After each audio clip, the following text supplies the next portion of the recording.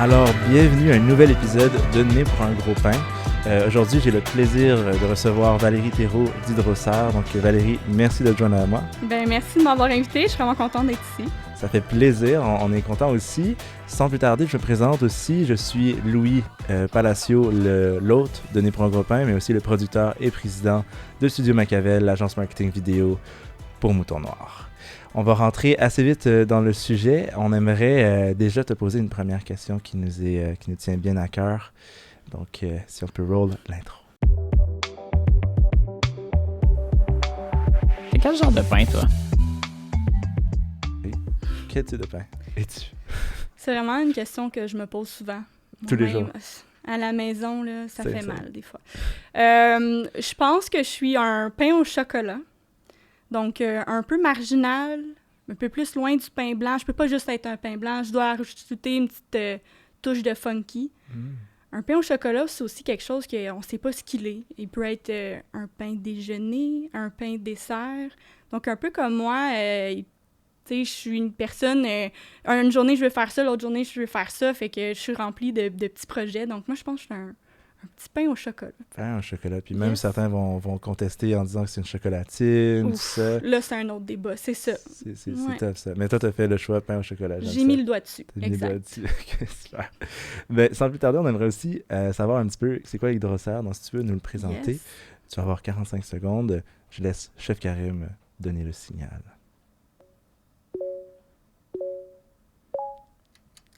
Donc, Hydrosaire, on est producteur de légumes en serre depuis plus de 35 ans. C'est une entreprise familiale. On a deux types de cultures, une biologique et une hydroponique. On cultive en fait des poivrons, concombres, mini-cocombes sous la marque Vogue.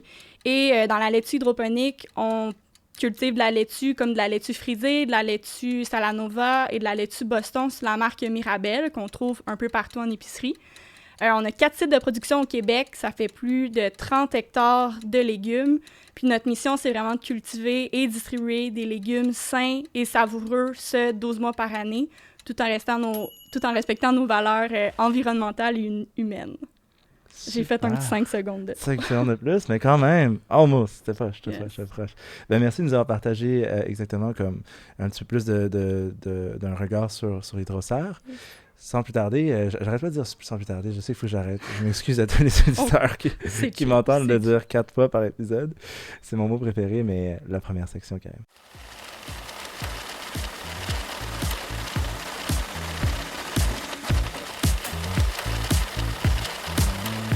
Comment tu gagnes ton pain? Comme le dit si bien Chef Karim, peux-tu me dire, Valérie, comment tu gagnes ton pain?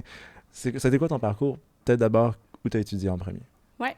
Moi, dans le fond, j'ai un bac en communication de l'Université de Montréal. Puis après, j'ai été faire un DESS au HEC, qui est un diplôme d'études supérieures spécialisées. Je l'ai fait en gestion de marque, marketing et médias. Le programme change souvent de nom, mais ça doit être quelque chose de même rendu aujourd'hui.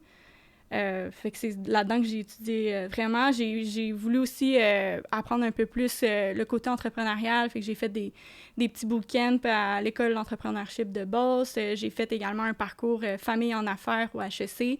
Donc, venant d'une entreprise familiale, moi, ça me fascine tout ce qui est relié au reprenariat puis l'entrepreneuriat.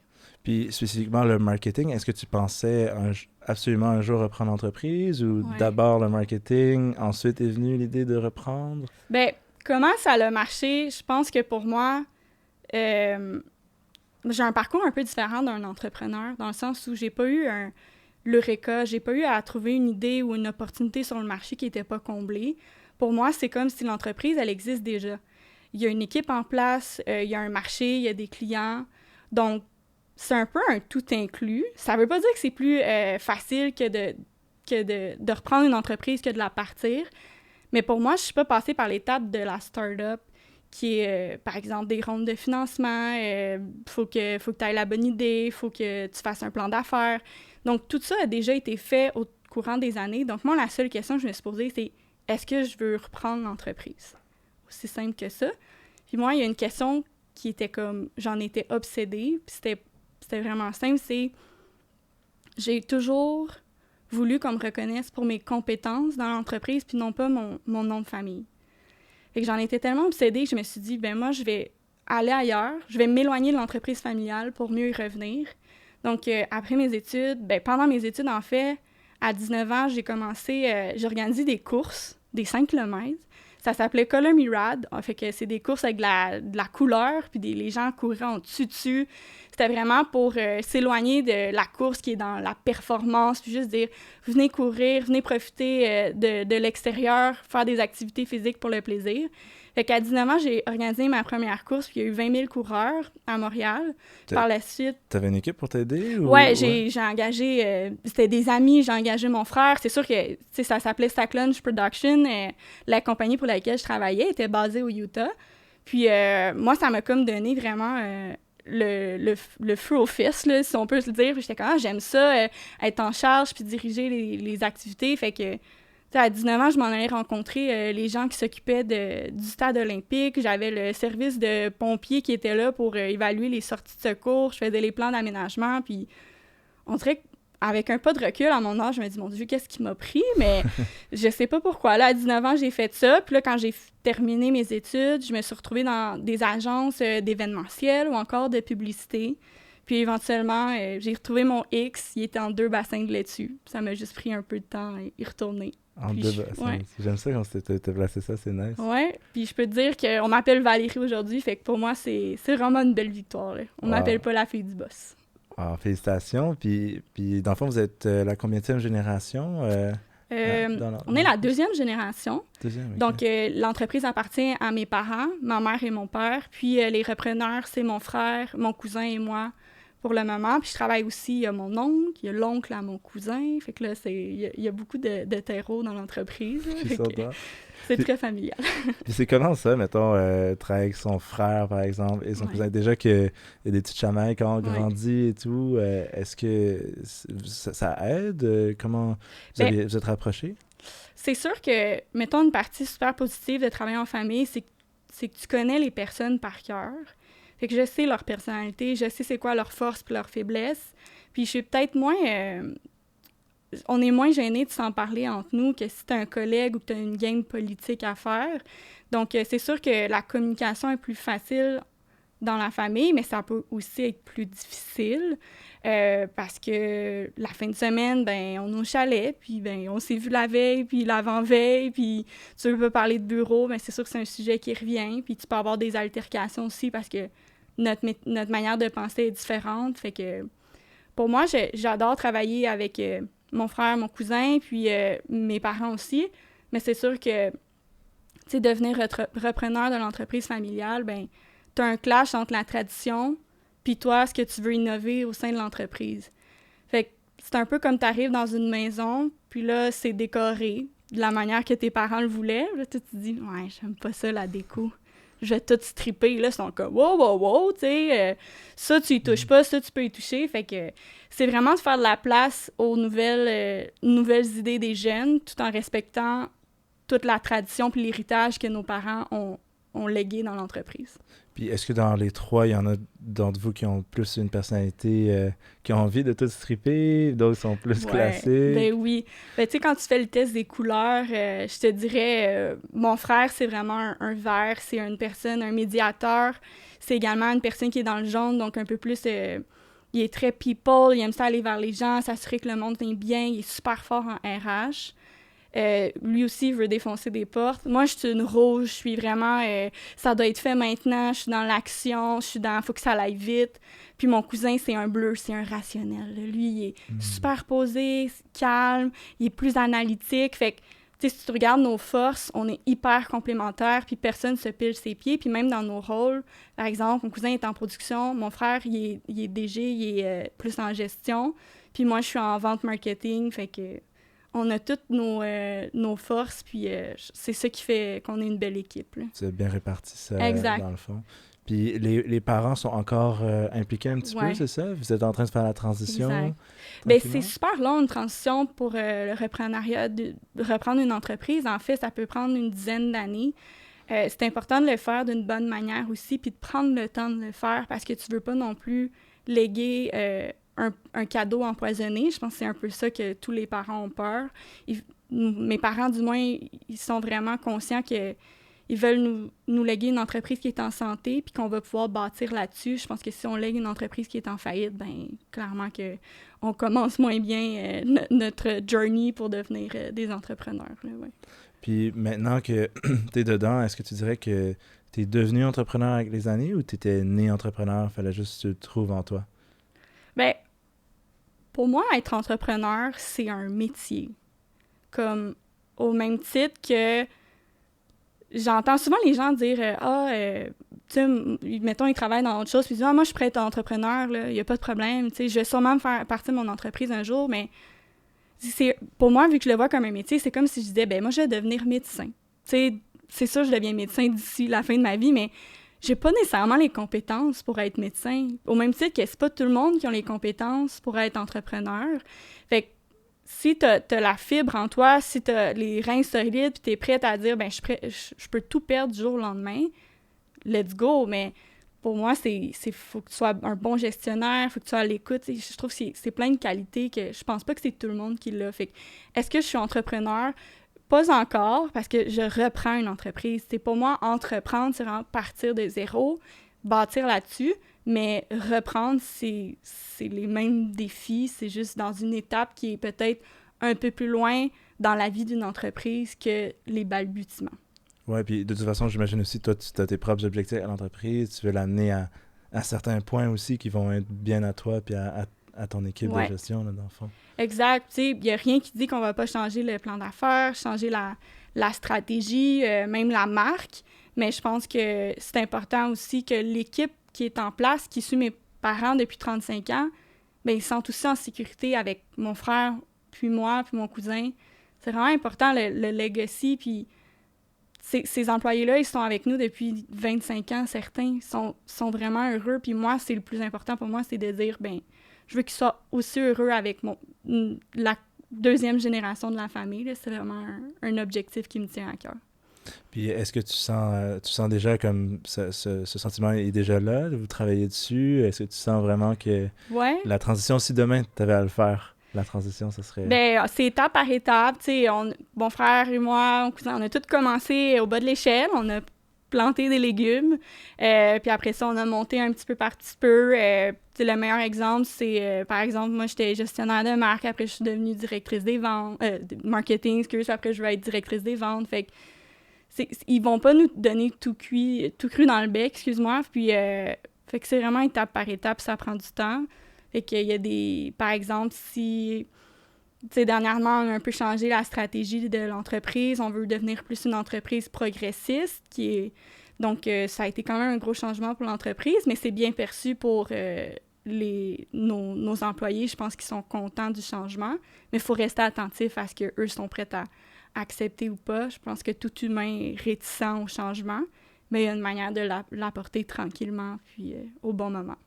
Puis pour plusieurs, Hydrocer, c'est les laitues Mirabelle. Même avant qu'on commence, je te demandais est-ce que c'est correct si j'appelle Hydrocer laitues Mirabelle par accident, mais justement, il y en a une dans le frigo. T'en as amené avec toi un petit peu, mais est-ce que tu peux nous parler un petit peu de quoi ça a l'air? Peut-être même nous présenter les produits que tu as avec toi. Ça va faire un bruit de... ASMR Challenge. Mais il faut que je me mette derrière le micro, mais notre laitue la plus connue, c'est la laitue Boston. Donc, elle est vraiment vendue partout en épicerie, IGA, Costco, Provigo, name it, on est là. C'est une laitue qui est super douce, puis on l'utilise beaucoup pour des lettuce wraps, dans des burgers, sandwichs. Mm-hmm. Je vais faire le démo en même temps. Ouais. J'ai de la laitue frisée, c'est vraiment ma favorite. C'est une nouvelle variété de laitue qu'on n'a pas au Québec. Je te dirais que c'est un hybride entre la iceberg et la romaine. Fait que si tu tripes sur la salade César, tout ce qui est croquant, c'est vraiment ma go-to de laitue. Moi, je l'adore. Je veux plus rien savoir de l'iceberg ou de la romaine. Genre, elle est si bonne. Là. Tu peux la mettre dans tes burgers, dans juste une salade de même, là, hyper croquante. The New Goat. Ouais, vraiment de New Goat. On fait également des concombres biologiques de la marque Vogue. Puis...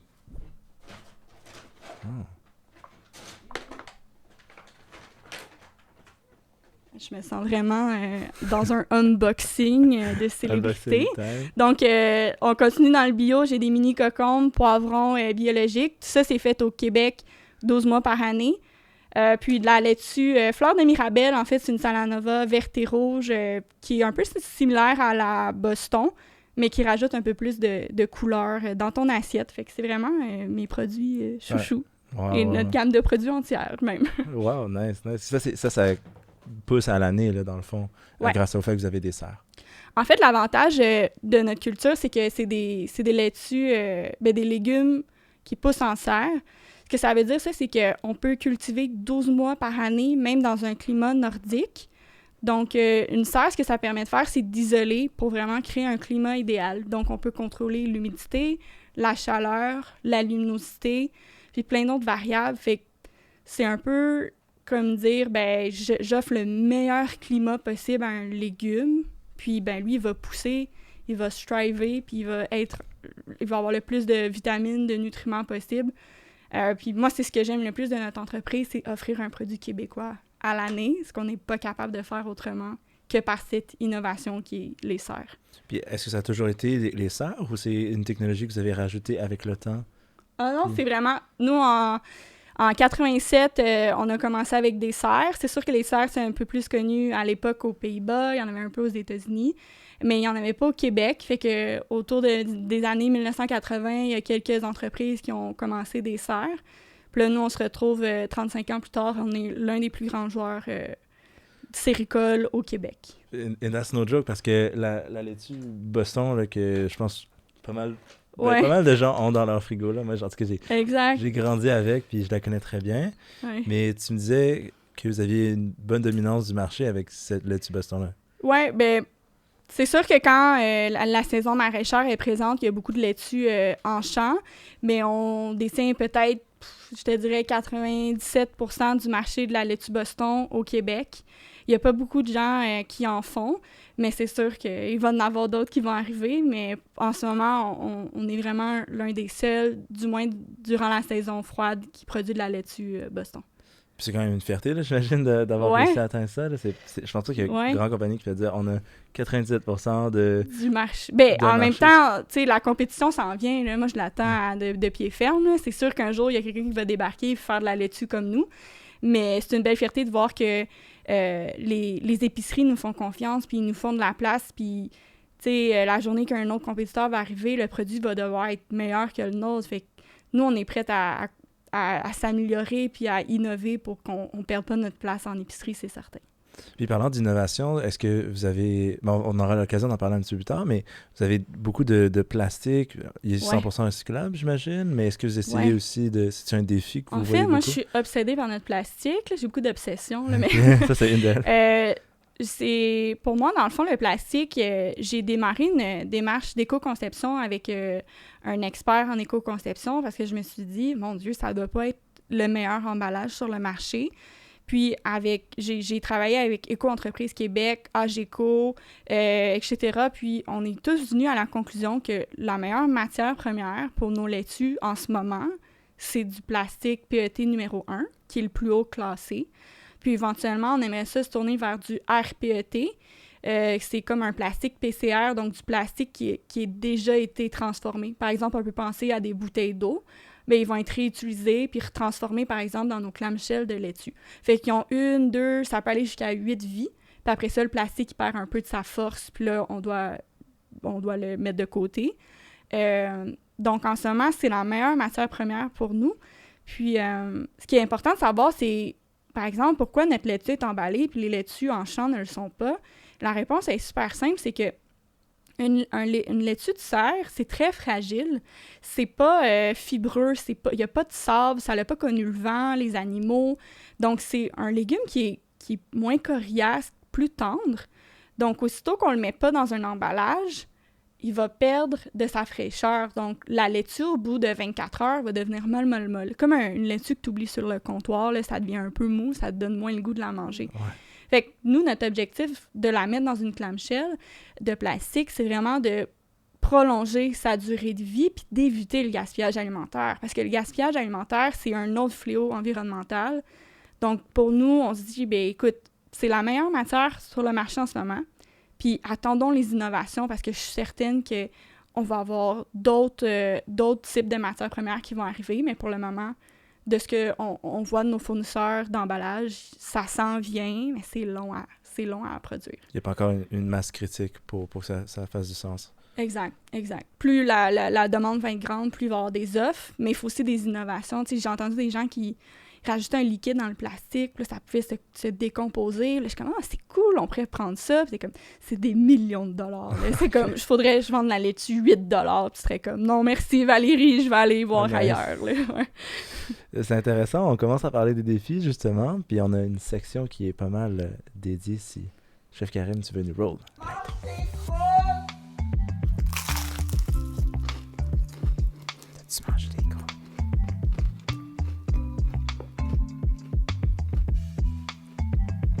Tu manges des croûtes.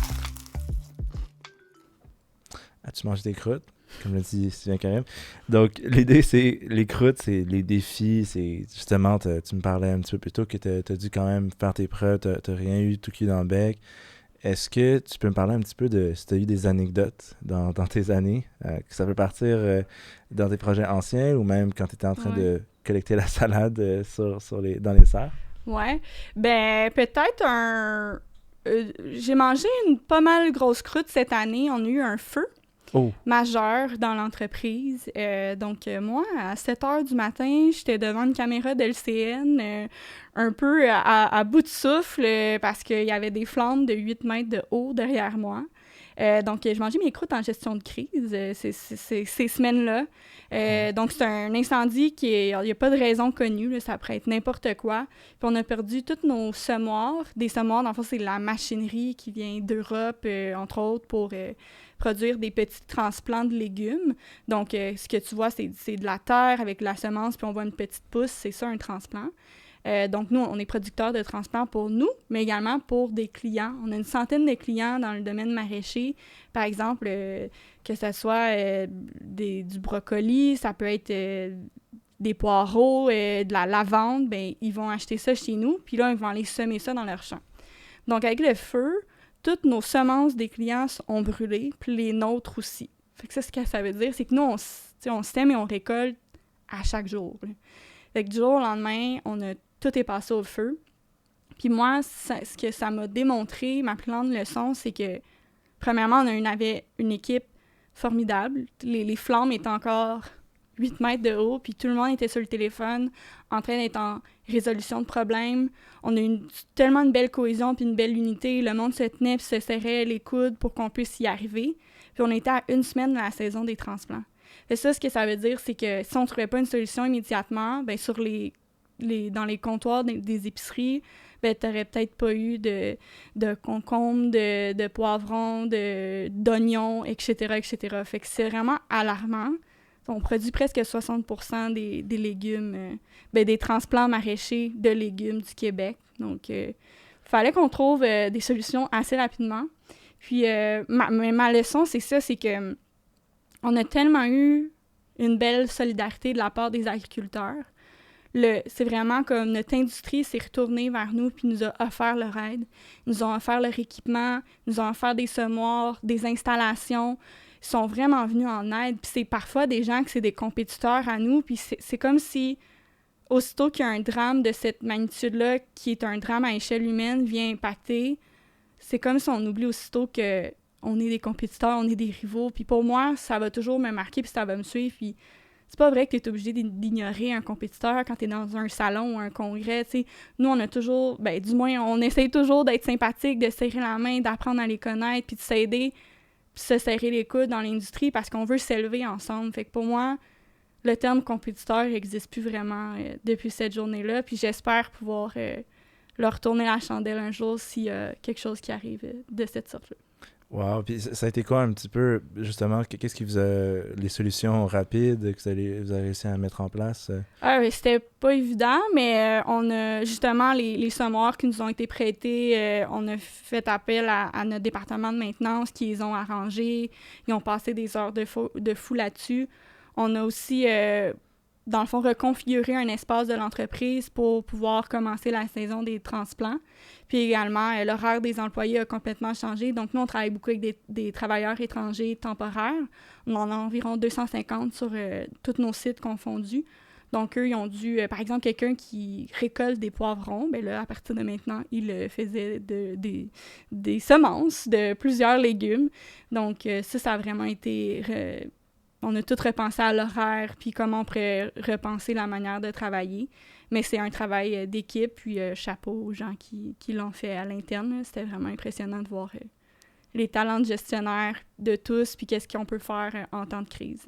Il y a une expression en anglais qui est quand même populaire, « From crisis comes opportunity ». Est-ce qu'il y a eu des bienfaits que vous ressentez encore maintenant? Est-ce que, par exemple, le fait que les employés ont pu toucher à plein d'autres choses, ça a changé des choses? Pas vraiment, non. Okay. Je te dirais, on a dû repenser un peu notre clientèle, tu sais, dans le sens que c'était quand même beaucoup d'ouvrages faire tous ces transplants-là. Donc, nous, avec le feu, c'est sûr que là, on se retrouve avec moins de machinerie. Donc, on a dû se concentrer sur, parfois, les clients... un client qui était peut-être plus demandant ou qui était dans le biologique, c'était plus difficile, ben on va essayer de dire, est-ce qu'on peut l'inviter à aller travailler avec un de nos alliés plutôt qu'avec nous, surtout qu'en ce moment, on n'a comme pas les installations nécessaires. C'est un peu ça qui a changé, mais autrement, c'est vraiment, je pense, la résilience ou la solidarité qui ressort de ça. Puis, autre défi, parce que tu m'as fait penser à ça avec la main-d'œuvre temporaire étrangère, la pandémie, je me rappelle, c'était très compliqué à ce niveau-là. Tu me ramènes dans tes PTSD. Ah ouais? Ben là, après le feu, avant ça, il y a eu la pandémie. Donc, du jour au lendemain, les frontières ont fermé.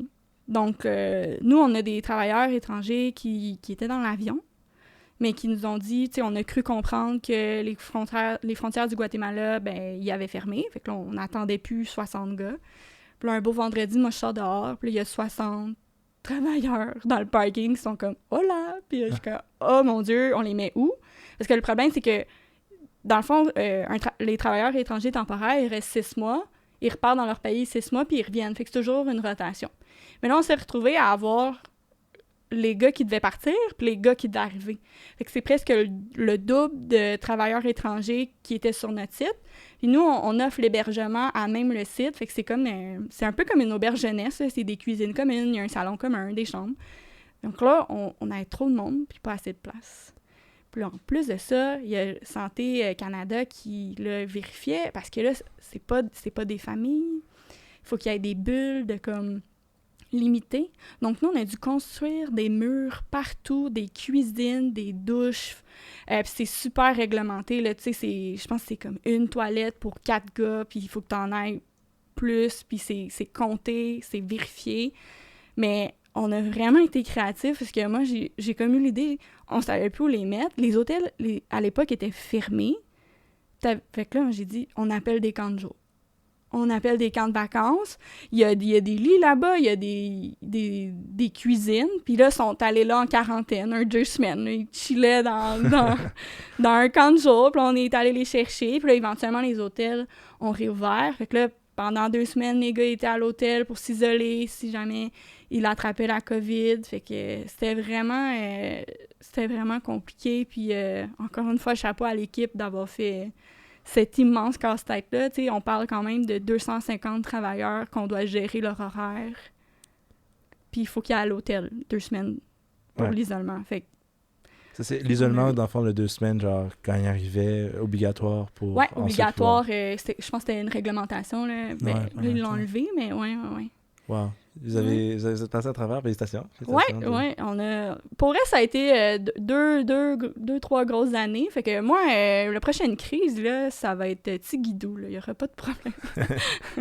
Puis y a-t-il des défis qui sont moins reliés à des crises planétaires ou des grandes flammes que auxquelles tu as fait face en tant qu'entrepreneur, qui seraient plus du ressort des affaires là, que tu as vécu, par exemple? Ben, c'est quelque chose que mon père a vécu à l'époque. Moi, je ne l'ai pas vécu, mais j'en ai encore, pour moi, une vision assez claire, qui était...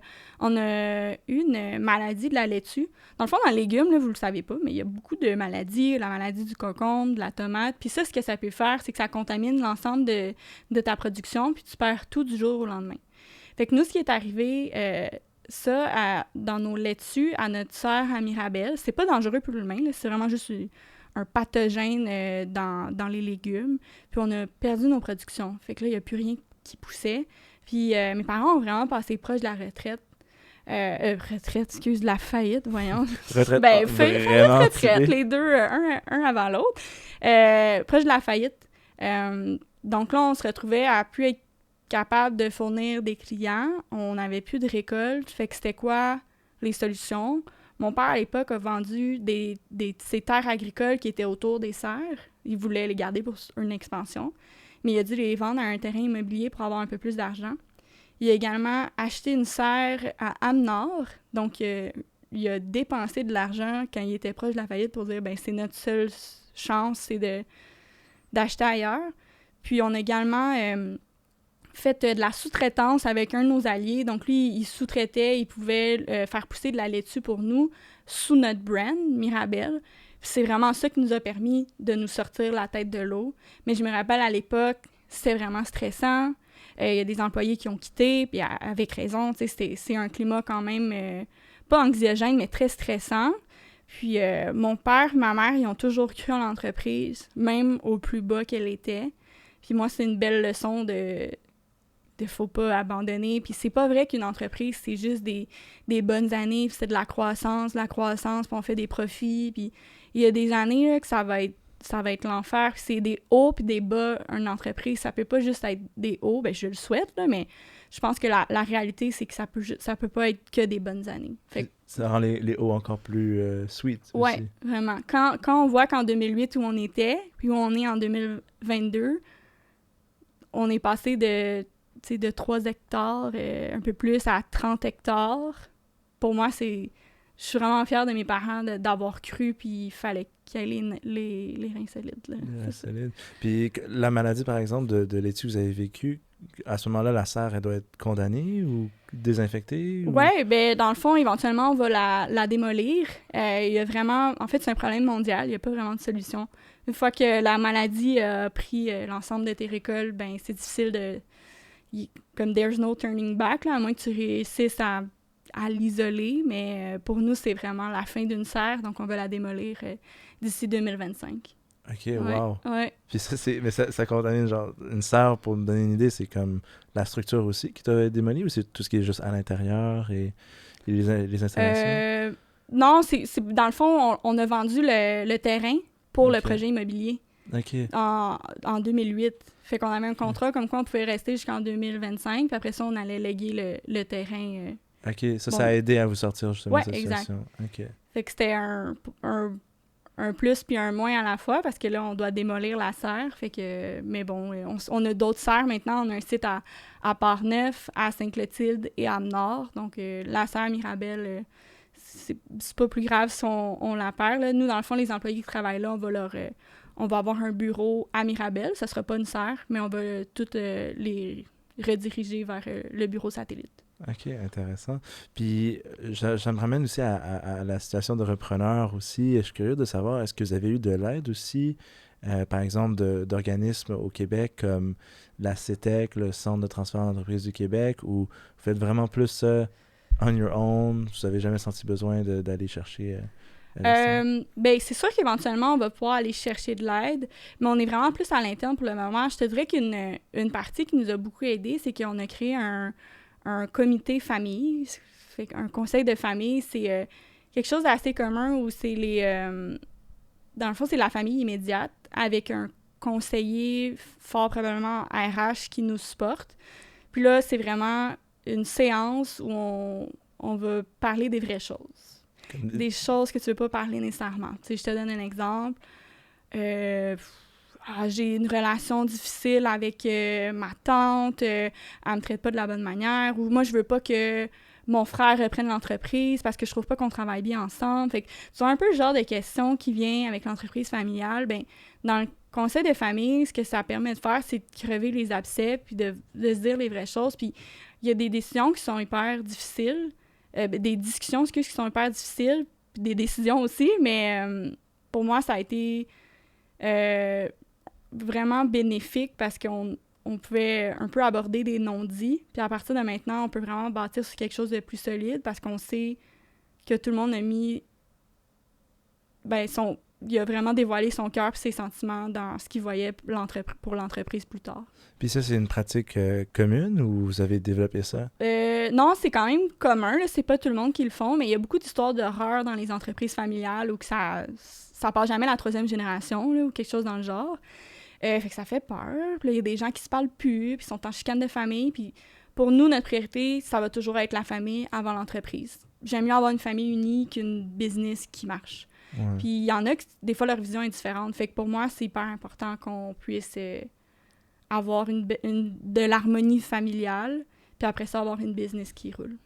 Absolument, je suis d'accord avec ça. Ouais. Je suis bien d'accord avec ça, ça fait du sens. Et sinon, des bons coups dont tu es bien fier, que vous avez réussi à...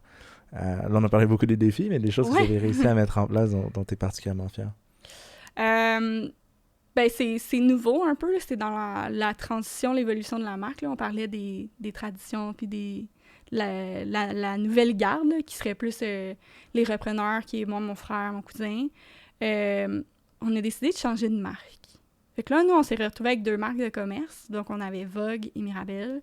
Puis, moi, j'étais convaincue qu'on n'avait pas des bonnes marques, qu'on n'était pas assez reconnus pour le public québécois, puis qu'on devait vraiment aller plus vers un brand qui va expliquer tout notre storytelling, qu'est-ce qu'on est, c'est quoi nos valeurs.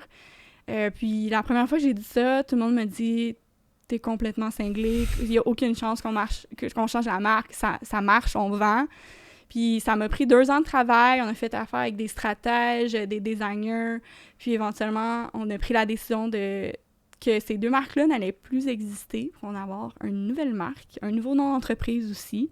Puis ça, c'est pour moi une super belle victoire.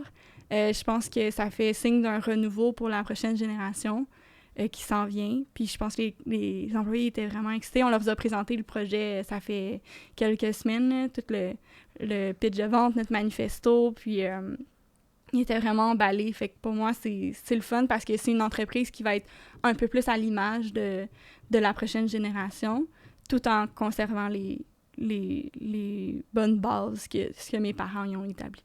Puis ça va venir quand, ce grand scoop-là? Ça va être au printemps 2023. Printemps 2023, ouais, ok. ouais. Vous avez pas une date précise encore, mais tout est prêt? Pas encore, à cause de la matière première, là, c'est assez difficile en ce moment. Il manque de colle dans le monde, puis les étiquettes, c'est difficile d'avoir de la matière première, là, comme du BOPP, fait que on essaye printemps 2023, mais j'ai pas encore de date précise. On se croise les doigts pour que ça soit à ce moment-là. Donc la colle, genre sur l'emballage, juste ça pourrait être un défi. Hein, comme... Tout est un défi, ouais. Wow. Dans l'achat, l'approvisionnement, là, c'est vraiment un gros défi en ce moment. Là. Il manque... il y a comme... on a de la misère à fournir pour la demande. Je sais pas si ça va au port, il y a comme des gens qui laissent leurs conteneurs là parce qu'ils n'ont pas d'espace d'entreposage. Fait que là, il n'y a plus de place au port pour accueillir des nouveaux conteneurs. Il y a eu des grèves dans des usines en Europe. C'est sûr que la guerre de l'Ukraine, ça l'a pas aidé parce qu'il y avait beaucoup de matières premières qui venaient de là. Fait que c'est vraiment un beau problème assez complexe à suivre dans les prochains mois. Mais on pensait un peu que la pandémie, ça l'aurait rétabli l'ordre, mais en fait, non. Ça a un peu compliqué, là.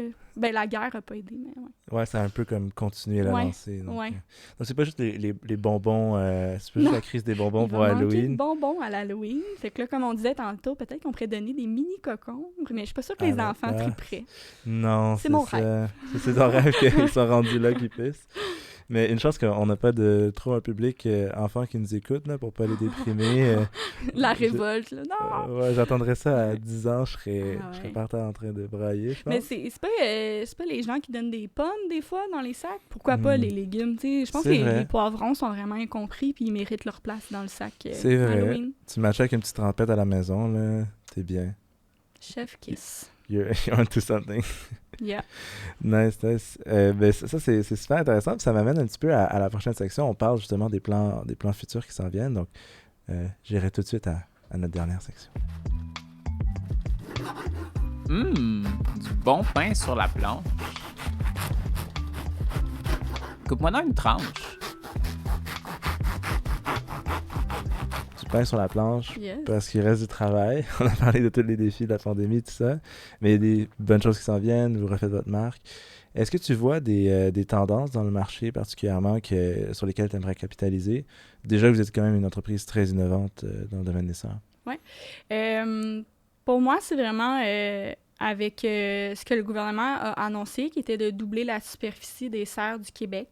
Ce que ça veut dire, ça, c'est que pour nous, c'est vraiment une belle opportunité d'avoir un plan d'expansion puis de grossir nos serres pour avoir encore plus d'hectares.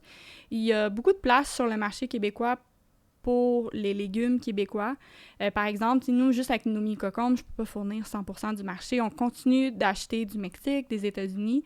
Donc, c'est sûr qu'éventuellement, notre rêve d'expansion, ce serait vraiment d'offrir plus de volume dans chaque catégorie de légumes qu'on fait déjà, mais également de diversifier. Donc, est-ce qu'un jour, on préfère des pois sucrés, des fèves jaunes, de la laitue bio, tu sais, d'offrir encore plus de choix. Je ne sais pas si vous savez, mais au Québec, on peut faire des figues, des citrons en serre. Donc, c'est vraiment juste de trouver la bonne innovation, trouver un légume qui est profitable. Puis, pour moi, c'est vraiment ça que je veux faire pour les prochaines années, c'est diversifier la marque, mais aussi d'augmenter notre superficie de serre.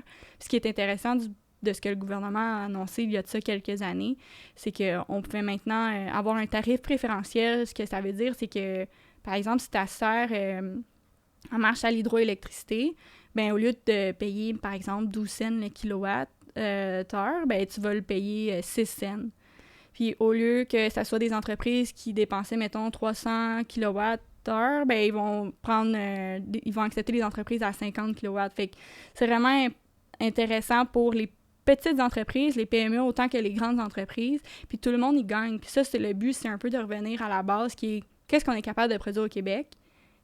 Puis ça, c'est la pandémie qui l'a mis un peu dans le front. Là. C'est comme, est-ce qu'on est autonome? Puis la journée que tout ferme, qu'est-ce qu'on est capable de produire? Fait que c'est ça qui est inquiétant. Puis je pense que le gouvernement, en nous mettant tous ces programmes de subvention-là puis d'aide pour qu'on puisse agrandir les serres au Québec, bien, c'est vraiment bon pour l'autonomie alimentaire. Puis on est conscient. Et tu as dit figues, citron, ça, c'est dans vos plans? De pas là, parce qu'on sait pas, tu sais, il y a des cultures, je préfère des bananes là, si je voulais, mais c'est pas payant. Tu sais, ta banane coûterait 30 $. Je dis n'importe quoi, mais pour le moment, c'est ce qu'elle coûterait. Okay. Mais tu sais, il faut continuer de développer des nouvelles idées. Tu sais, je préfère pousser de la salicorne si je voulais. Fait que c'est juste de trouver le bon fruit ou le légume. Tu peux faire pousser des fraises, framboises. Puis ça, c'est déjà fait, right? Déjà fait. Déjà fait. Un petit peu, ouais. Il y a ben, c'est avec les fermes verticales. Tu parlais d'innovation, c'est quoi les tendances. C'est sûr, les fermes verticales, c'est quelque chose qui s'en vient, qui est déjà présent.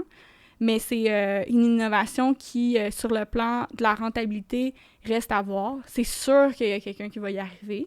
Mais en ce moment, on est comme un peu à la course aux startups. Donc, il y a beaucoup de rondes de financement. Ça coûte extrêmement cher. Mais là, il faut savoir c'est quel le modèle d'affaires qui marche. Puis, si on se fie à la théorie qu'une entreprise sur 5, ben une startup sur 5, réussit à percer, ben là, il faut savoir c'est quelle la 1 sur 5 qui a le modèle d'affaires précis qui fait qu'on peut faire de l'agriculture verticale au Québec. Donc, ça, c'est vraiment quelque chose que je garde l'œil ouvert. C'est sûr que ça va arriver. Une ferme verticale, en fait, c'est de l'agriculture vers le haut, donc pas horizontale. Ça peut être fait dans des conteneurs, ça peut être fait dans des sous-sols, à même le centre-ville de Montréal. Puis c'est fait ça pousse avec des LED. Des LED, c'est de la lumière, puis ça recrée tout ce qu'il faut pour la photosynthèse. Puis, est-ce que vous recevez des pitch decks? Est-ce qu'il y a des gens qui viennent vous voir et sont comme, voici ce qui s'en est? Oui, on a même déjà investi par le passé, mais c'est pas nécessairement des plans qui ont abouti.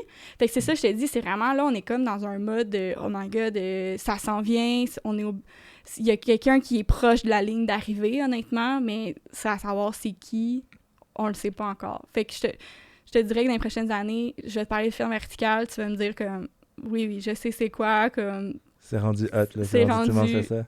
La norme, là. La norme, ouais. OK. Puis il y a des entreprises québécoises là-dedans qui sont comme bien placées vers la ligne? Oui, t'as Océan Vert, il y a la boîte maraîchère qui fait en conteneur.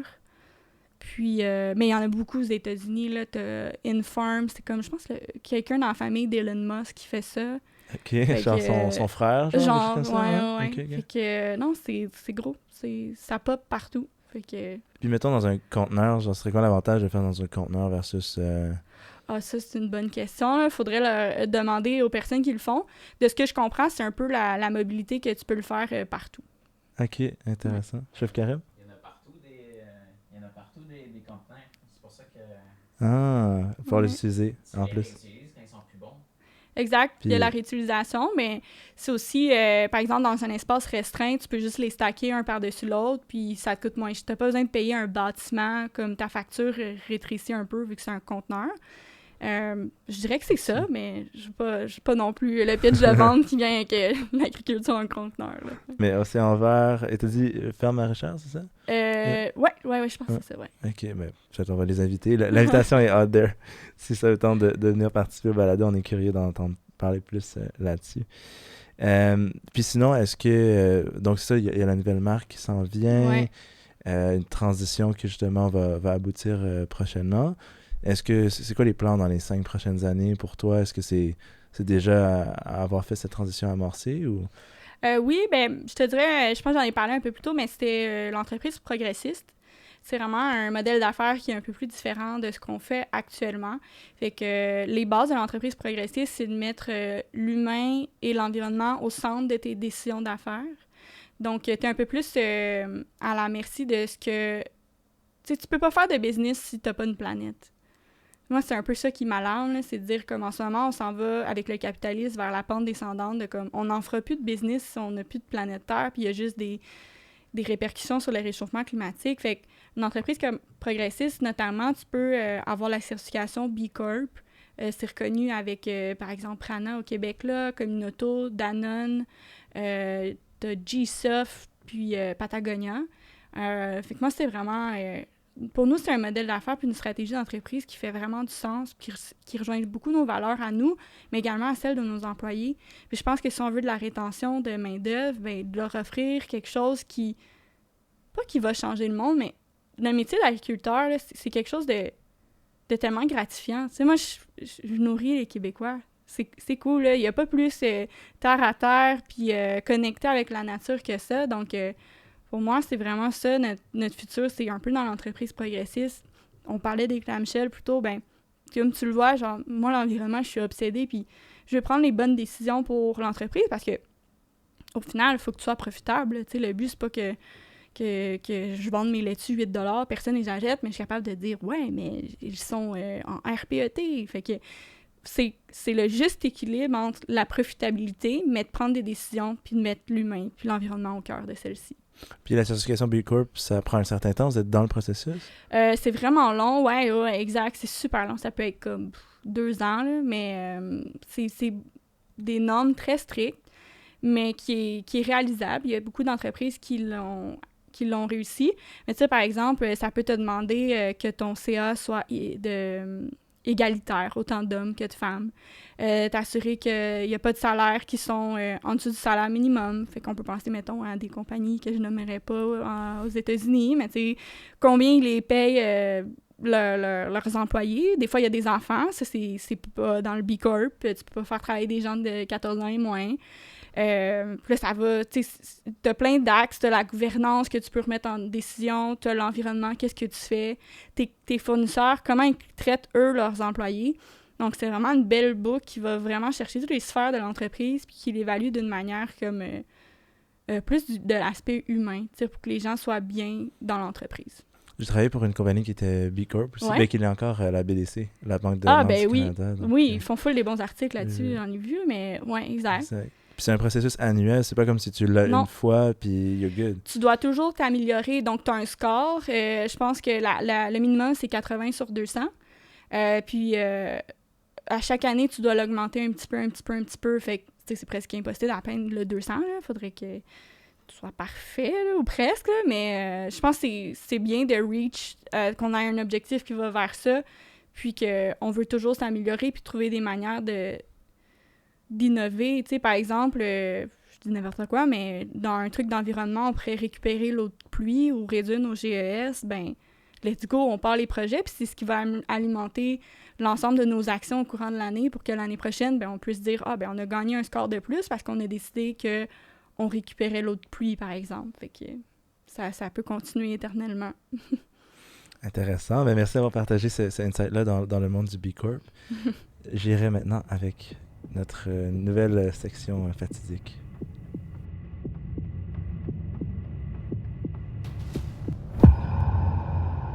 La question qui tue. La question qui tue. Donc, une nouveauté de cette saison. Donc, la question qui tue, c'est comment tu réussis à te démarquer quand tu es dans un domaine de commodité, un marché de commodité. Donc, la salade n'est pas un produit révolutionnaire que personne n'a essayé. Non. Donc, comment vous faites? Ouais. C'est une bonne question. Honnêtement, tu sais, un concombre, c'est un concombre. Un poivron, c'est un poivron. Qu'est-ce qui fait que tu devrais acheter le mien? Premièrement, peut-être plus savoureux. Tu sais, dans les critères d'achat du consommateur, OK, il y a le prix. Mais pour moi, la manière de se démarquer, c'est dans la créativité puis dans ton storytelling. Parce que je crois que quand quelqu'un achète un produit, il l'achète beaucoup plus que juste pour la commodité de « je veux faire une salade de concombre ce soir, donc j'achète ce concombre ». Mais c'est tout le storytelling du brand derrière. C'est quoi les valeurs que cette compagnie-là partage avec moi? Est-ce qu'ils care sur l'environnement? Est-ce qu'ils font attention à leurs employés? Est-ce que c'est un produit local qui est fait au Québec? Donc, pour moi, quand tu achètes le produit, tu achètes beaucoup plus que ça.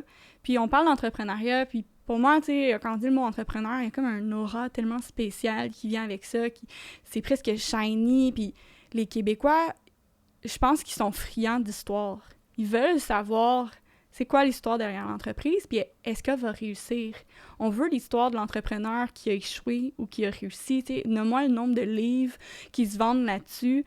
C'est fou, puis je pense que justement de dévoiler notre histoire, d'ouvrir nos portes, puis de dire « venez avec nous dans le behind the scene », c'est ce qui va faire que quand on va se retrouver devant 2 poivrons rouges, on va choisir le mien plutôt que celui de l'autre.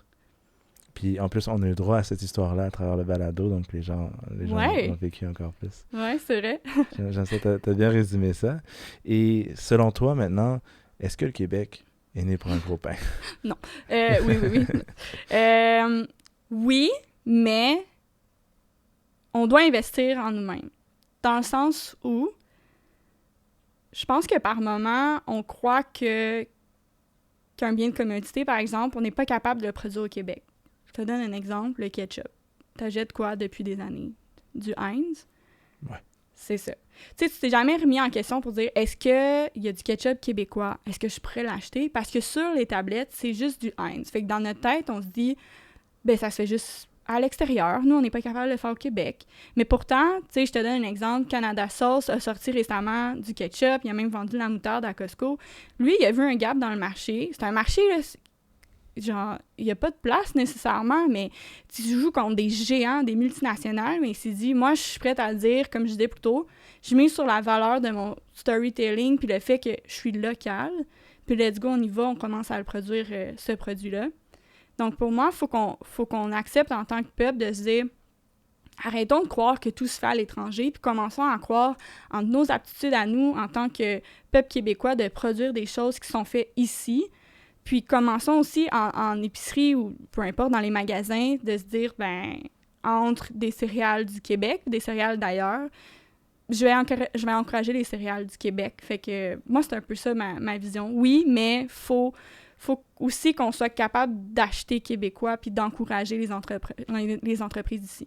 Puis il y a certaines initiatives qui s'en viennent aussi avec le controversé panier bleu. Le controversé, oui. Le controversé, mais la nouvelle nomenclature pour identifier les produits qui sont soit faits quasiment 100% à l'extérieur, puis juste emballés ici, ceux qui sont entre les deux, puis ceux qui sont emballés tout faits à 100% ici, là. Ça aussi, ça pourrait devenir très intéressant. Là. 100%, c'est la même chose en agroalimentaire avec Aliments du Québec, où le mouvement « J'aime les fruits et légumes du Québec », là, c'est quelque chose qu'on remarque pas. Sur mes emballages, c'est le petit ruban jaune, mais quand on porte attention à ces détails-là, ben c'est là qu'on fait la différence entre ma laitue qui est québécoise puis la laitue qui vient du Mexique. Tu sais, du Mexique, pourquoi elle coûte 50 cents? C'est probablement que les gens sont mal payés, etc. Fait que si tu achètes en fonction de tes valeurs, tu vas y aller avec notre produit. J'aime ça quand tu l'as présenté. Puis ça m'amène à ma dernière question qui est, dans le fond, j'imagine que tu as eu des inspirations de quelques endroits, tu as parlé de livres, il y en a plein. Ouais. Est-ce que tu as des ressources, des livres, des TED Talks qui t'ont inspiré en tant que repreneur? Je pense que je suis vraiment une grande fan d'Audible, lire parfois, mais j'ai lu J'ai adoré le livre de Yvon Chouinard, Let My People Go Surfing, qui est le fondateur de Patagonia. Qu'on a mentionné plus tôt. Exact. Comme tu peux voir, je tripe sur eux, puis ce qu'ils font. Donc, c'est un peu l'histoire derrière l'entreprise. Puis lui, c'est vraiment comme...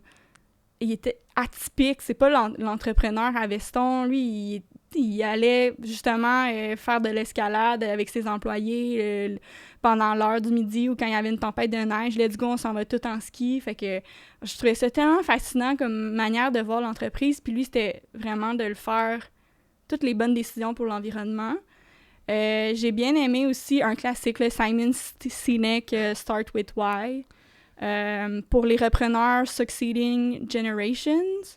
Puis au niveau qui n'est pas des livres, mais j'aime beaucoup Entre Chefs, c'est en fait un groupement qui va te placer dans des groupes avec, par exemple, moi, mon groupe, on est 10 repreneurs d'entreprises familiales.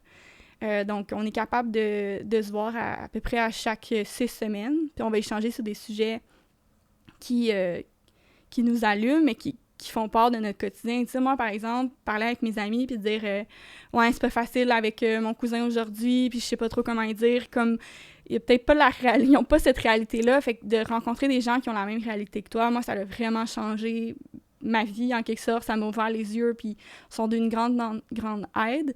C'est pas juste pour les repreneurs. Tu sais, tu peux être un entrepreneur, puis on va toujours te classer, dans le fond, avec ton groupe. Par exemple, si t'es au niveau directeur ou si t'es rendu VP ou président, ils vont vraiment te mettre dans le bon groupe en fonction aussi de ta personnalité puis t'es rendu où dans ta carrière.